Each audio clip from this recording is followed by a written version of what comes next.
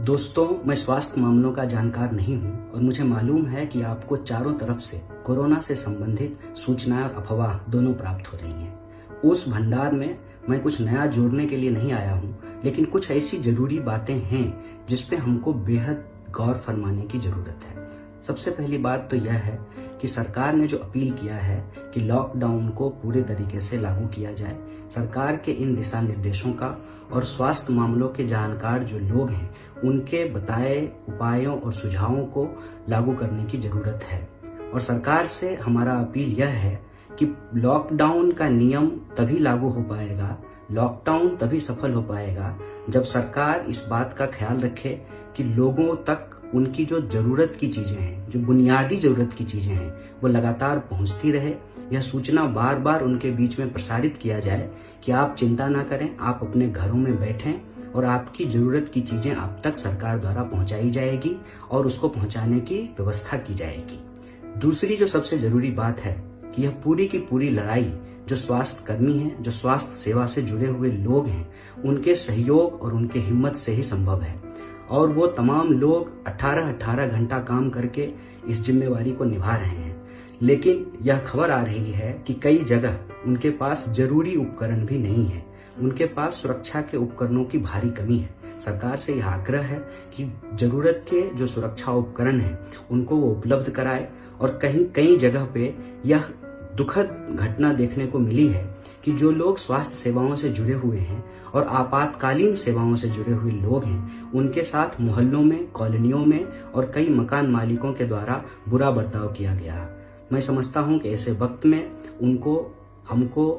प्यार देना चाहिए, सम्मान देना चाहिए। जो देश को बचाने की कोशिश कर रहे हैं उन तमाम स्वास्थ्य कर्मियों को, डॉक्टरों को और आपातकाल की सेवा में लगे हुए लोगों को सलाम करना चाहिए। और तीसरी बात कि व्हाट्सएप यूनिवर्सिटी बहुत पहले से ही वर्क फ्रॉम होम कर रही है और तमाम तरह की गलत सूचनाएं, टोना टोटके, अफवाह ये लोगों तक पहुंचाया जा रहा है। इसीलिए आज जब विपरीत परिस्थिति में हमको और आपको वर्क फ्रॉम होम करना पड़ रहा है, हम इस बात को एक नियम बना लें कि कम से कम दिन में एक बार हम इस बात को चेक करेंगे कि हमारे घर के बच्चे और बुजुर्ग के पास कोई ऐसी सूचना तो नहीं पहुंच रही है, कोई ऐसा उपाय तो उनको नहीं बताया जा रहा है जिससे कोरोना से लड़ने के नाम पर वो किसी और बीमारी के शिकार हो जाएं। जब कोरोना से हम लड़ रहे हैं, इसका यह मतलब नहीं है कि और सारी बीमारियां हमको नहीं हो सकती है। और अगर कोई बीमारी हम तमाम लोगों को होता है, इससे स्वास्थ्य सेवा के ऊपर भार बढ़ेगा। इसीलिए वैज्ञानिकता को अपनाकर, साइंटिफिक टेम्पर को अपनाकर और अपने घर में उसको लागू करा करके कोरोना महामारी से लड़ने में हम अपनी एक महती भूमिका निभा सकते हैं। आज जब हम समाज को देखते हैं तो हम पाते हैं कि अलग अलग तबके के लोगों को, चाहे वो टाई लगाकर ऑफिस में काम करने वाले लोग हों या रेडी पटरी पर दुकान लगाने वाले लोग हों, चाहे वो संगठित क्षेत्र के मजदूर हों या असंगठित क्षेत्र के मजदूर हों, जिनके पास काम है उनका काम जाने की चिंता है और जिनके पास काम नहीं है वो बेरोजगारी की चिंता से, उसके तनाव से ग्रसित है। ऐसी परिस्थिति में बतौर व्यक्ति, बतौर सामाजिक प्राणी हमारी यह जिम्मेवारी बनती है कि हम लगातार अपने जानने वाले लोगों से बात करते रहें, क्योंकि सामूहिक तनाव एक विकराल रूप इस देश में धारण करता जा रहा है। और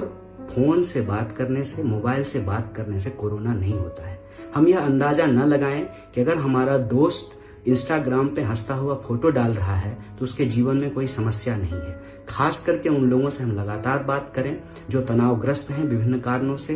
तभी जाकर के यह जो सामूहिक तनाव की एक परिस्थिति देश में पैदा हो रही है उसको हम रोक सकते हैं। और इस देश की संस्कृति को अगर हम माने तो इस संस्कृति में बार बार यह कही गई है, जियो और जीने दो। यह जो जियो और जीने दो का सिद्धांत है, इसमें हम यह जोड़ सकते हैं कि खुद का भी ख्याल रखिए और अपने आसपास के लोगों का भी ख्याल रखिए। आज हम देखते हैं कि जब हम तमाम लोगों को अपने घर में रहने की हिदायत दी गई है, हम सोशल डिस्टेंसिंग के नियम का पालन करें और सोशल डिस्टेंसिंग के नियम को पालन करते हुए हम यह भी सुनिश्चित करें कि हमारे आसपास कोई ऐसा इंसान तो नहीं है जो भूखा है, जिसके पास जरूरत की चीजें नहीं पहुंच पा रही हैं। इसकी देखरेख भी हम करें और जो